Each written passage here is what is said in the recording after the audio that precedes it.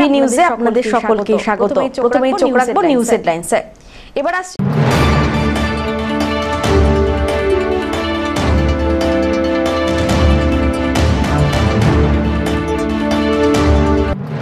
দীর্ঘদিন ধরে বেতন বকেয়া জলপাইগুড়ি পুরসভার সাফাই কর্মীদের সোমবার সাফাই কর্মীরা পুরসভা ঘেরাও করে বেতন প্রদানের দাবি তোলেন।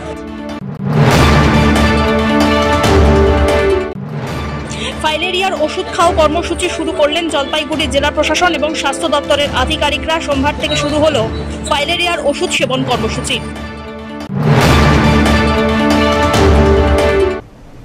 এবার আসছে বিস্তারিত সংবাদে।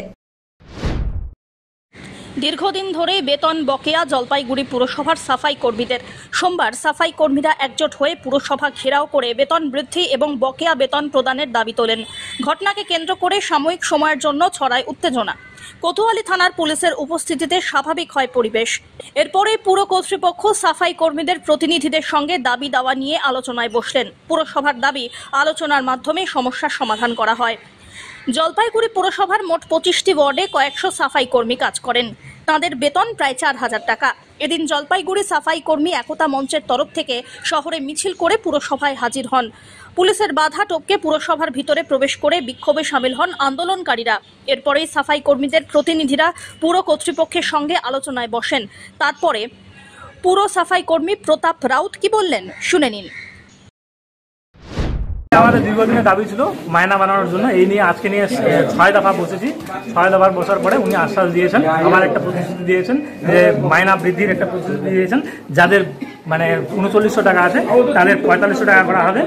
আর কিছু স্ট্রাকচার দিয়েছেন যে 5 বছর যারা আছে তাদের 600 টাকা বাড়বে, 10 বছর যারা আছে 750 টাকা বাড়বে, 15 বছর যারা আছে 1000 টাকা বাড়বে, আর 20 বছর যারা আছে 1250, আর 25 বছর যারা আছে তারা 1500 টাকা বাড়বে। এটা নিয়ে উনি আশ্বাস দিয়েছেন। বেতন কি বন্ধ আছে আপনাদের? না, বেতন চলছে, কিন্তু বেতন অত্যন্ত সামান্য। এত ন্যূনতম বেতনে সংসার চালানো অত্যন্ত কষ্টকর। এই হিসাবে তো এত ন্যূনতম বেতনে তো সংসার চালানো খুবই কঠিন। বেতনটা কত? এক একজনের কি 3900 টাকা সবার? না, স্ল্যাব আছে 3900 টাকা আছে, 5300 টাকা আছে, 7200 টাকা আছে, এরকম স্ল্যাব আছে। বলছি আজকে কি সুপারভাইজাররাও রয়েছেন? তো না, এই সুপারভাইজার না, এটা টোটাল কর্মচারী 308 কর্মচারী আছে। টোটাল এই অস্থায়ী কর্মচারীদের নিয়ে আজকে আলোচনা। শুধু এই বেতনের সাথে সাথে আমাদের গ্র্যাজুয়েটের দাবি আছে, অনেকদিন ধরে গ্র্যাজুয়েটি পেন্ডিং আছে। যেখানে সরকারি নিয়ম অনুযায়ী 90 দিনের গ্র্যাজুয়েটি প্রদান করতে হবে, সেখানে পৌরসভার ক্ষেত্রে আমরা 6 বছর, 7 বছর, 8 বছর, 10 বছর হয়ে যাচ্ছে, কিন্তু আমরা গ্র্যাজুয়েটি পাচ্ছি। এছাড়া আমাদের 308 জন যে অস্থায়ী কর্মচারী আছে যাদের কাঁচা বিলে পেমেন্ট হয়, তাদের ইপিএফ প্রদান করা হয় না। এই ইপিএফ প্রদান আমরা এটাও দাবি রেখেছি যে অবিলম্বে ইপিএফ প্রদান করা হয়। অন্যদিকে পুরপ্রধান পাপিয়া পাল বলেন, আমরা সহানুভূতিশীল সাফাই কর্মীদের প্রতি। আমরা প্রশাসক বোর্ডে যখন বসেছি তখনও সেই রেজুলেশন বার করে আমরা দেখিয়েছি যে আমরাই প্রথম মাইনে বাড়িয়েছি। আগে যখন বোর্ড, আমি যখন ভাইস চেয়ারম্যান ছিলাম, আমার মনে আছে সাফাই কর্মীদের মাইনে 5-6 মাস বাকিতে থাকতো। আমার ঘরে গিয়ে তারা আবদার করতো যে ম্যাডাম 5 মাসের মায়না বাকি, তাতে 2 মাস দিচ্ছে, এখনও আবার 3 মাস বাকি। তো সেই জায়গায় যেন আমরা ফিরে যেতে আবার না পারি। সকলেরই এটা একটা আলোচনা, এটা কোনো ডেপুটেশন নয়। আমরা তাদেরকে টাইম দিয়ে আজকে একটা বসেছি যে তাদের প্রতিও আমরা সহানুভূতিশীল, এবং আমরা কিন্তু আমাদের বোর্ড বসার পরে এবং প্রশাসক বোর্ড থেকে আমরা মাইনে প্রথম আমরাই বাড়িয়েছিলাম, এবং সেই থেকে তাদের কিন্তু 5 মাস যে মাইনে বাকি থাকতো সেখান থেকে কিন্তু এখন আমরা প্রতি মান্থে তাদের মাইনে করতে পেরেছি।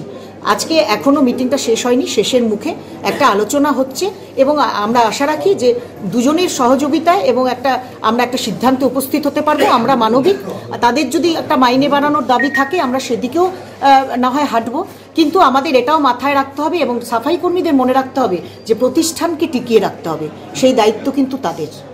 এবং আমরা যে মাইনে আমরা আজকে দিচ্ছি সেটা কিন্তু আমাদের সমস্ত ওন ফান্ড থেকে যাচ্ছে। আমাদের এমসিআইসি মিটিং হয়েছে, ওন ফান্ড বাড়ানোর ক্ষেত্রে আমাদের সরকার সবসময় বলে থাকেন যে সরকারকে স্বনির্ভর হতে হবে, তার আয় বাড়াতে হবে। সেদিকেও আমাদের এমসিআইসি সভায় আলোচনা হয়েছে, কীভাবে আমরা স্বনির্ভর হতে পারবে পুরসভা, সেদিকেও আমরা চেষ্টা রাখছি। এবং আজকের একটা সৌহার্দ্যপূর্ণ পরিবেশে সাফাই কর্মীদের সঙ্গে বসেছি এবং আমরা কিন্তু প্রতিবারই যাই আলোচনা করি সকলকে নিয়ে করি, সকলকে সাথে নিয়ে করি। আমরা আশা রাখছি যে এমন কিছু যেন অবাস্তব তাদের দাবি না থাকে যাতে পুরসভা আবার বসে গিয়ে তাদের আবার 5 মাসের মাইনে বাকিতে পড়ে যায়। অতএব আমরা যে চলমান রেখেছি তাদের মাইনে প্রতি মাসেই তারা মাইনেটা পাচ্ছে, সেদিকেও যেমন আমাদের লক্ষ্য রাখতে হবে, আমরা তাদের কতটা সামর্থ্য দিতে আমরা পারছি। ধীমান রায়ের রিপোর্ট, এভি নিউজ।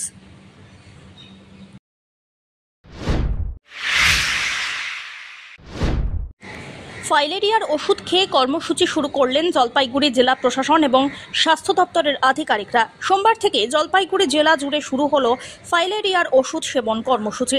জেলার 6টি ব্লক জুড়ে এই কর্মসূচি চলবে। 9.5 লক্ষ মানুষকে এই ওষুধ সেবন কর্মসূচির আওতায় আনাই লক্ষ্যমাত্রা ধার্য করা হয়েছে। 2023 সালে জলপাইগুড়ি জেলায় কিউলেস মশাবাহিত ফাইলেরিয়া বা গোদ রোগে আক্রান্তের সংখ্যা ছিল 24। গত বছরের সমীক্ষায় সংখ্যা বেড়ে হয় 26। 2027 সালের মধ্যে ফাইলেরিয়া রোগ নির্মূল করতে সর্বস্তরের মানুষকে ওষুধ সেবন কর্মসূচির আওতায় আনার লক্ষ্যমাত্রা নিয়েছে স্বাস্থ্য দপ্তর। আমাদের গোটা ওয়েস্ট বেঙ্গলে আজকে মাস ড্রাগ অ্যাডমিনিস্ট্রেশন যেটা লিম্ফ্যাটিক ফাইলেরিয়াসিস হয় ওর জন্য একটা অভিযান শুরু করা হচ্ছে। আমাদের জেলায় 6টা ব্লক আছে যেটা এই অভিযানের মধ্যে অন্তর্ভুক্ত করা আছে। যেটা আছে বানারহাট, ধূপগুড়ি, নাগরাকাটা, মাটলি, মাল আর ক্রান্তি। তো এই 6টে ব্লকের আমরা বাড়ি বাড়িতে গিয়ে আমাদের আশা অঙ্গনওয়াড়ি কর্মী যাবে। এখানে একটা ওষুধ আছে যেটা ওষুধ সবাইকে খাওয়াতে, এটা প্রিভেন্টিভ মেথড হিসাবে আছে কেন কি এই সব ব্লকে আমাদের ফাইলেরিয়ার কেসেস অনেকগুলো বেশি আছে। তো ওটাকে কার্ভ করার জন্য যেটা একমাত্র উপায় আছে প্রিভেন্টিভ মেডিসিন দেওয়া, যেটা আমাদের মাস ড্রাগ অ্যাডমিনিস্ট্রেশন থ্রু আমরা সবাইকে দেবো। এখানে 2 বছর থেকে বেশি বয়সের লোককে সবাইকে দিতে হবে। গর্ভবতী এর মধ্যে যে এক্সেপশন আছে, যারা গর্ভবতী মহিলা আছে 2 বছরের নিচে শিশু, যারা খুবই অসুস্থ লোক, খুবই অসুস্থ সিভিয়ার, ওদেরকে বাদ দিয়ে সবাইকে আমরা এই কভারেজ মধ্যে নিয়ে আসবো। গত বছর এটা হয়েছিল, তখন আমাদের 78% আমরা কভারেজ করতে পেরেছি। এবার আমরা টার্গেট রেখেছি অ্যারাউন্ড 9.5 লাখ পর্যন্ত আমাদের টার্গেট আছে, যেটা আমাদেরকে মেডিসিন দিতে হবে। ওর মধ্যে আমরা আশা করছি 100% আমরা টার্গেট আছে। পিনাকি শিলের রিপোর্ট।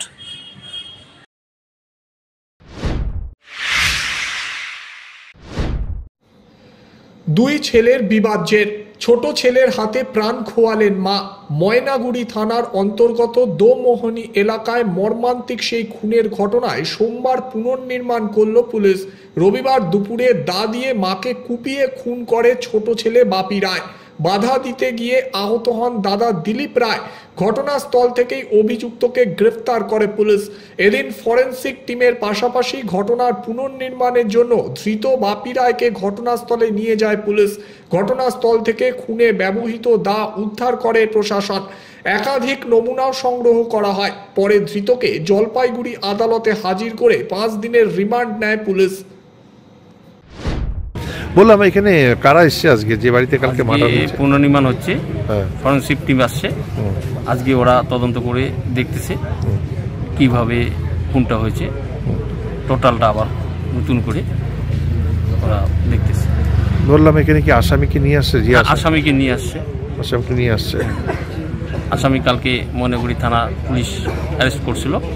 আজকে ময়নাগুড়ি থানার আইসি সুবলবাবু উনি আসামিকে সাথে নিয়ে ফরেনসিক টিমকে নিয়ে আজকে পুনর্নির্মাণ এখানে করতেছে।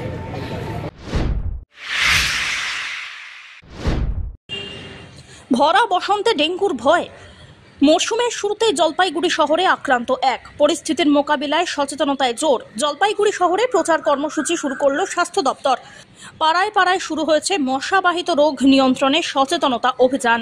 জলপাইগুড়ি পুরসভার ভাইস চেয়ারম্যানের নেতৃত্বে এদিন প্রচার অভিযানে নামেন পুরসভার কর্মীরা। বাড়ির চারপাশে ফেলে রাখা বাতিল জিনিসপত্র তাতে যাতে জল জমে মশার বংশবিস্তারের সম্ভাবনা না হয় তার জন্য সেই সব কিছু সংগ্রহ করে নেন পুরসভার কর্মীরা।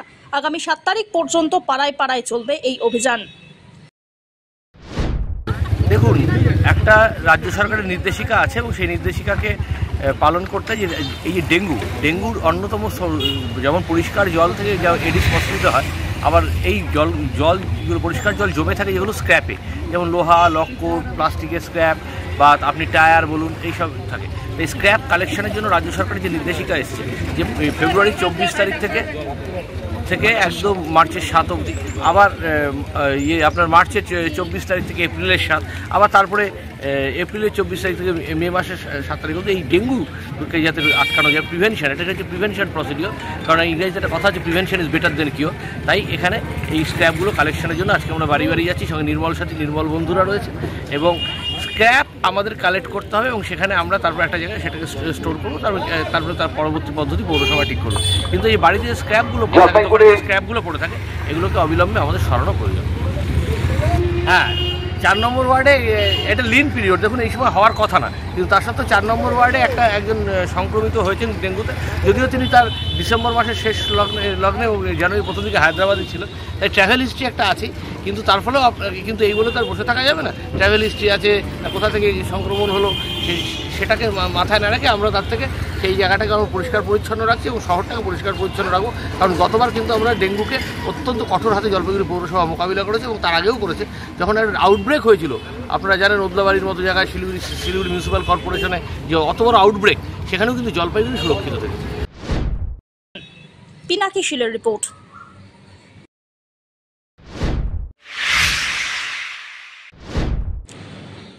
আসাম থেকে প্রয়াগরাজে কুম্ভ মেলায় যাওয়ার সময় দুর্ঘটনার কবলে পড়ল পুণ্যার্থীদের একটি গাড়ি। আহত হয়েছেন অনেকেই, তাদের মধ্যে একজনের মৃত্যু হয়েছে বলে সূত্রের খবর। পিকআপ ভ্যান এবং লরির মুখোমুখি সংঘর্ষে এই দুর্ঘটনা ঘটে। এদিন সকাল 6টা নাগাদ ঘটনাটি ঘটে নকশালবাড়ির সাতভাইয়া এলাকায়। তৎক্ষণাৎ ঘটনাস্থলে আসে নকশালবাড়ি থানার পুলিশ। আহতদের উদ্ধার করে নকশালবাড়ি হাসপাতালে নিয়ে আসা হয়। তারপর তাদেরকে উত্তরবঙ্গ মেডিকেল কলেজ ও হাসপাতালে পাঠানো হয়েছে। আমরা মাইং থেকে আসছিলাম, যাত্রা আসাম থেকে কুম্ভ মেলায় যাত্রা করেছিলাম, রাম মন্দির ঘুরে আসবো। রাস্তাতে হঠাৎ এরকম অ্যাক্সিডেন্ট হয়ে গেছে। কিভাবে অ্যাক্সিডেন্ট? ওটা গাড়ির সাথে হয়েছে, বেলে গাড়িয়ে মানে খুন্দা মেরে দিয়েছে। আপনাদের গাড়িকে মেরে দিয়েছে? হ্যাঁ, আমাদের গাড়ি মেরে দিয়েছে। কতজন ছিলেন? 13 জন ছিলাম। কতজন আহত হলেন? 13 জনই আহত। সিরিয়াস কয়েকজন? সিরিয়াস 4-5 জন আছে আরো। আপনারা কি তাহলে কুম্ভের স্নান করার জন্য? হ্যাঁ, স্নান করার জন্য বাইরে ছিলাম যাত্রায়। এখানে নকশালবাড়ি অ্যাক্সিডেন্ট হলো? হ্যাঁ, সকাল সকাল অ্যাক্সিডেন্ট। কিভাবে অ্যাক্সিডেন্ট হলো এটা জানি না, আমি ভিতরে বসছিলাম, কিন্তু সবাই আহত। আমি একটু খালি ভালো আছি, আর সব আহত হয়ে গেছে। কি গাড়ি ছিল আপনাদের? Bolero pickup. সব্যসাচী মজুমদারের রিপোর্ট।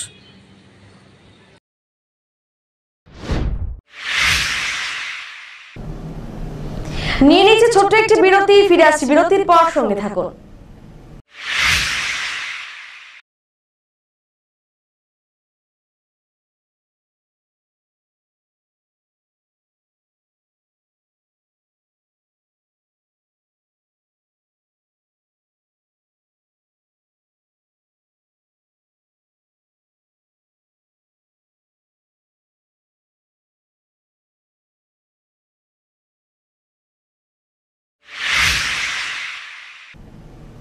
ফিরে এলাম বিরতির পর।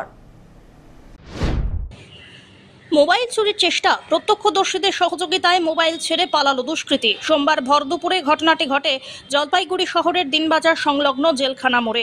স্থানীয়দের দাবি, 2 জন দুষ্কৃতী আসেন। শহরের নিরাপত্তা নিয়ে উঠছে প্রশ্ন। স্থানীয় এক আয়ুর্বেদিক দোকানের ব্যবসায়ী রিমা দাস তার দোকানে বসেছিলেন। সামনে ওই মহিলা তার মোবাইল এবং হাত ব্যাগ রাখেন। হঠাৎ করে অপরিচিত এক যুবক এসে মহিলাকে জানায় দোকানের বাইরে জুতো অনেকটা দূরে চলে গিয়েছে।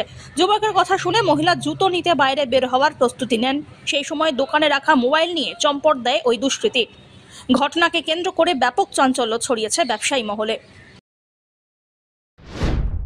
হয়েছে, আমাকে একটি ছেলে এসে বললো এই দোকানের সামনে চটি রাখি, আপনার চটিটা ওইদিকে কে পায়ে পায়ে নিয়ে গেছে। ও অনেকটা দূরে নিয়ে গেছে একটা চটি। আমি চটিটা আনতে যেই গিয়েছি, সেই এই কিউআর কোডটা নিচে পড়ে যায়। তখন ওদিক থেকে আমাদের ওই 2 জন এমআর এসে বলে যে চোর চোর চোর বলে ধাওয়া দিছে।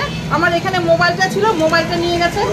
এই ব্যাগটাকে এখানে উপরে উঠানো, ক্যাশে হাতে ভাবছে যে এখানে টাকা পয়সা পাবে, আর মোবাইলটা নিয়ে যাচ্ছিল। তারপরে ওরা ধাওয়া দেওয়াতে মোবাইলটা ফেলে দিয়ে দৌড়ে। মানে চিনতে পেরেছেন কে বা কারা? চিনতে পারি না, আমি তো দেখিনি। আমাকে একটি ছেলে, অচেনা ছেলে খালি বললো যে চটিটা ওইদিকে। এখন ওরা যদি চিনতে পারে। কয়জন মিলে এসেছিল? তারা একাই এসেছিল? একা নিশ্চয়ই নয়, দুজন তো অবশ্যই ছিল। তাহলে একজন আমাকে বললো চটি আনতে যাচ্ছি ওইদিকে গেল, আর একজন এদিক থেকে মোবাইল নিতে এসলো, তাহলে দুজন তো অবশ্যই। দোকানে সিসিটিভি আছে? না, সিসিটিভি নেই। পুলিশকে জানিয়েছেন? না, পুলিশকে জানানো হয়নি। মোবাইল দিয়ে গেছে আপনার? হ্যাঁ, মোবাইলটা ফেলে দিয়ে ওরা দৌড় দিচ্ছে। কোথায় ফেলে রাখলো মোবাইলটা? মোবাইলটা রাস্তায়, ওই যে ওই সাইডে ওরা বলতে পারবে এমালা। ওরাই তখন মোবাইলটা এনে আমাকে দিল আর বললো যে এরকম এখানে ছিল মোবাইলটা। এটা তো সাংঘাতিক ব্যাপার। হ্যাঁ, ট্রাফিক এখানে ছিল তো, চোর চোর করে চিৎকার করলো, কই ট্রাফিক তো এগিয়ে এলো না।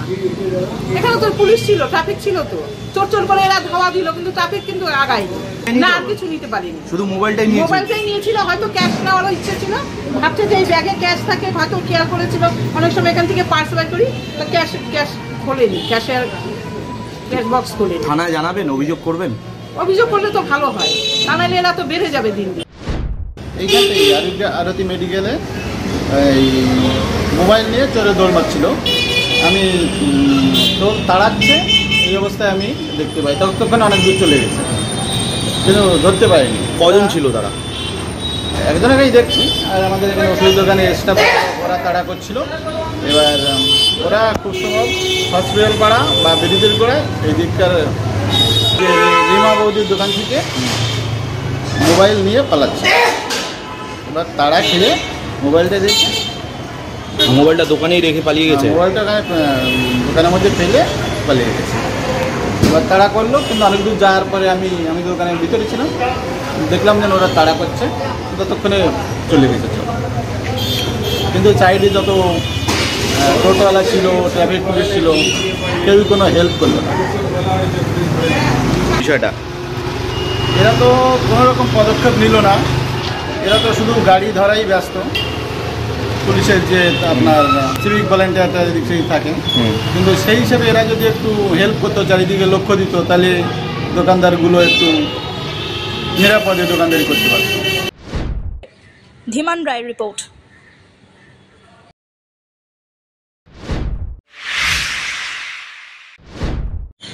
কুম্ভ স্নানের আয়োজন করা হলো জলপাইগুড়িতে। এবার প্রথম জলপাইগুড়িতে আয়োজন করা হলো কুম্ভ স্নানের, যেখানে অগণিত পুণ্যার্থী কুম্ভ স্নান সারলেন একসঙ্গে। তিস্তা নদীর এই চিত্র জলপাইগুড়ি সদর ব্লকের বোয়ালমারির নন্দনপুর গ্রাম পঞ্চায়েতের অন্তর্গত রায়পাড়ার 7 নম্বর স্পার এলাকায়। প্রয়াগরাজের মহাকুম্ভের আদলে তিস্তা নদীর বুকে এবারে কুম্ভ মেলার স্নানের আয়োজন করেন স্থানীয়রা। রবিবার প্রায় সারাদিন ব্যাপী চলে স্নানের পালা। স্থানীয়রা তো বটেই, এমনকি পার্শ্ববর্তী জেলা কোচবিহার থেকেও অসংখ্য ভক্ত এসে তিস্তা নদীতে কুম্ভ স্নানে সামিল হন। ভক্তদের মধ্যে উৎসাহ উদ্দীপনা ছিল চোখে পড়ার মতো। বিভিন্ন কারণে প্রয়াগরাজের কুম্ভ মেলা এবং স্নানে যারা অংশ নিতে পারেননি, তারাই মূলত এদিন তিস্তা নদীতে পুণ্য স্নান সারলেন। পুণ্যার্থীদের মধ্যে অনেকেই জানান, পঞ্জিকা মতে স্থানীয় ভিত্তিতেও কুম্ভ স্নান সম্ভব। তাই আর দেরি না করে সকলে মিলে তিস্তা নদীর বুকেই কুম্ভ স্নানের আয়োজন করেন। প্রত্যেকেই স্বতঃস্ফূর্তভাবে এমন আয়োজনে সামিল হন। এবারই প্রথম কুম্ভ স্নানের আয়োজন হলো জলপাইগুড়িতে। আগামীতেও এমন কর্মসূচির উদ্যোগ গ্রহণ করা হবে বলে জানানো হয়েছে। কোথায় এসছেন? এটা রায়পাড়া 7 নম্বর স্পার। কি হচ্ছে এখানে? এখানে আমরা সাধুগুরুর মুখে শুনছি কুম্ভ মেলা উত্তরপ্রদেশে নাকি, আমরা তো যাই নাই কোনোদিন। আচ্ছা, আমরা পঞ্জিকা খুলে দেখলাম যে কুম্ভ স্নান এই তিস্তা নদী যে কোনো পুকুরেও কুম্ভ স্নান হয়। আচ্ছা, এইটাকে উদ্দেশ্য করে আমরা কিন্তু সবাইকে, পঞ্চায়েতকে বললাম, সবাইকে, মা বোনকে বললাম, সবাই উদ্যোগ নিল যে ঠিক আছে করো, আমরা সবাই সহযোগিতায় থাকবো। এই কারণে আমরা এটাকে কুম্ভ এবারই প্রথম, এটা প্রথম, এবারই প্রথম। কেমন লাগছে? না, খুব ভালো। আমরা এটা ধারণা করতে পারি নাই যে এত লোকের সমাবেশ হবে। আচ্ছা, আমরা মনে করলাম যে 1 থেকে 150 হয়তো মা বোন থাকবে। আচ্ছা, আমরা থাকবো, এত যে আমাকে ভালো মানে মানুষের প্রচুর সাড়া পড়েছে, ভক্তদের প্রচুর সাড়া পড়েছে। কোথায় এসেছেন বৌদি, কোথায় এসেছেন? আচ্ছা, আমরা ধারণা করতে পারি না যে এই কুম্ভ মেলা স্নান করব, অনেক দূরে তো যেতে পারি না। আচ্ছা, এইখানে যে হয়েছে আমাদের সৌভাগ্য, আমাদের যত বাবা মা আছে সবাই এখানে আসে, স্নান করছে, খুব আনন্দ লাগলো, খুব ভালো লাগলো। এটা কোন নদী? এটা তিস্তা নদী। তিস্তা নদীতে বলছি 7 নম্বর স্কয়ারের মাথায় হচ্ছে। আচ্ছা আচ্ছা আচ্ছা। সব্যসাচী মজুমদারের রিপোর্ট।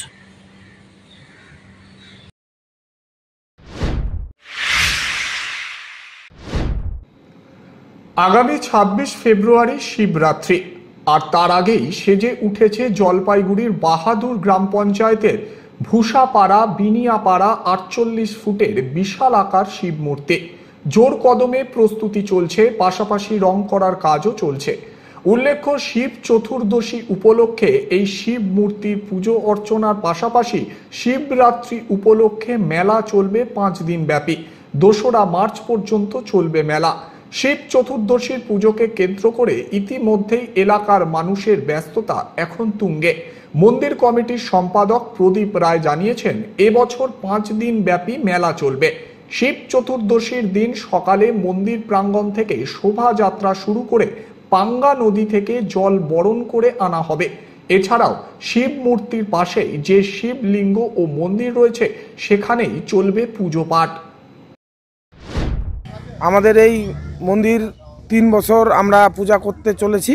এই পূজার উপলক্ষে আমরা 5 দিন ব্যাপী একটা মেলা রাখি। এই মেলা আমাদের 26শে সামনে বুধবার 26শে ফেব্রুয়ারি আমাদের শিবযাত্রী পূজা রাত্রে। তো আমাদের এখানকার প্রস্তুতি চলতেছে।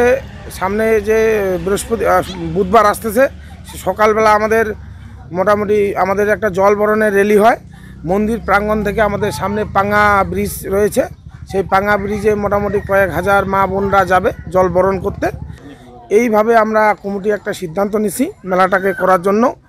তো আমরা চাইব এই মেলায় সমস্ত জলপাইগুড়ি মানুষকে স্বাগতম জানাবো। আমাদের শিবমূর্তি 48 ফিটের শিবমূর্তি। আমাদের প্রভাব গোটা উত্তরবঙ্গের মধ্যে পড়ে গেছে। আমাদের গোটা উত্তরবঙ্গের মধ্যে সারা ভারতবর্ষের মানুষ আমাদের এই শিবমূর্তির মানে ফটো এবং সেলফি নেওয়ার জন্য আসে এবং ভক্তগণরাও পূজা পাঠ করতে আসে। সব্যসাচী মজুমদারের রিপোর্ট।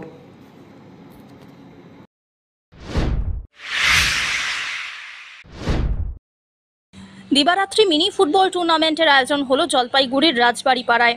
রবিবার সকাল থেকে গভীর রাত্রি পর্যন্ত বিভিন্ন জায়গায় মোট 24টি ফুটবল টিমকে নিয়ে টুর্নামেন্টের আয়োজন হয়।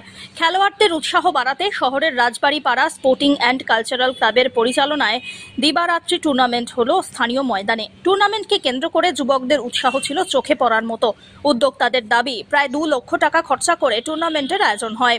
চ্যাম্পিয়ন্স দল নিবি বয়েজকে নগদ 14,000 টাকা ও ট্রফি, এছাড়া রানার্স দলকে 12,000 টাকা এবং ট্রফি প্রদান করা হয়।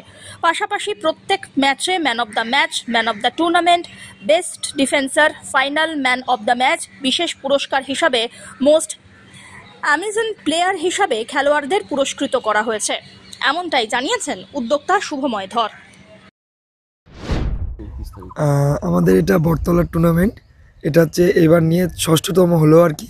এটা আমাদের রাজবাড়িপাড়া স্পোর্টিং অ্যান্ড কালচারাল ক্লাবের পরিচালনায় আমরা এই টুর্নামেন্টটা ছাড়ি আমাদের বটতলার প্রাঙ্গণে। কতগুলো টিমের খেলা, কারা জয়ী? আমাদের প্রতি বছরের নাই এবছরও 24টা টিমের খেলা হয়েছিল। এই বছর চ্যাম্পিয়ন টিম হচ্ছে নিধি বয়েস আর রানার্স টিম হচ্ছে Y2K। খেলাটা কিভাবে পরিচালনা করলেন? খেলাটা পরিচালনা করলাম বলতে আমার মনে হয় যে আমাদের জলপাইগুড়িতে এত বড় টুর্নামেন্ট, ফুটবল এত বড় টুর্নামেন্ট আর কোনো দিনও হয়নি। আমাদের মোটামুটি এই বছরের বাজেট ছিল 2 লাখ টাকার মতো। তো মানে বহুদিন ধরে পরিশ্রম, সব অক্লান্ত পরিশ্রম আমাদের বটতলার সব মেম্বাররা মিলে নিয়ে আলটিমেটলি দিবারাত্রি আমাদের টুর্নামেন্টটা হয়েছে। তো আমরা মানে হ্যাঁ মিনি ফুটবল ফুটবল আর কি। ধীমান রায় রিপোর্ট।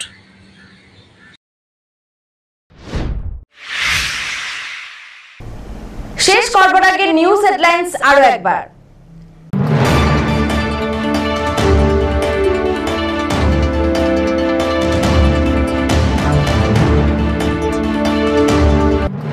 দীর্ঘদিন ধরে বেতন বকেয়া জলপাইগুড়ি পুরসভার সাফাই কর্মীদের সোমবার সাফাই কর্মীরা পুরসভা ঘেরাও করে বেতন প্রদানের দাবি তোলেন।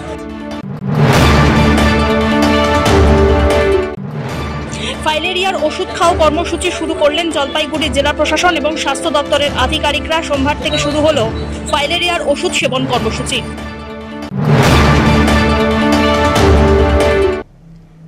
এখনকার মতন এভি নিউজ এ পর্যন্তই। পরবর্তীতে আসছি আরো সংবাদ নিয়ে। দেখতে থাকুন আমার ভিশন। নমস্কার।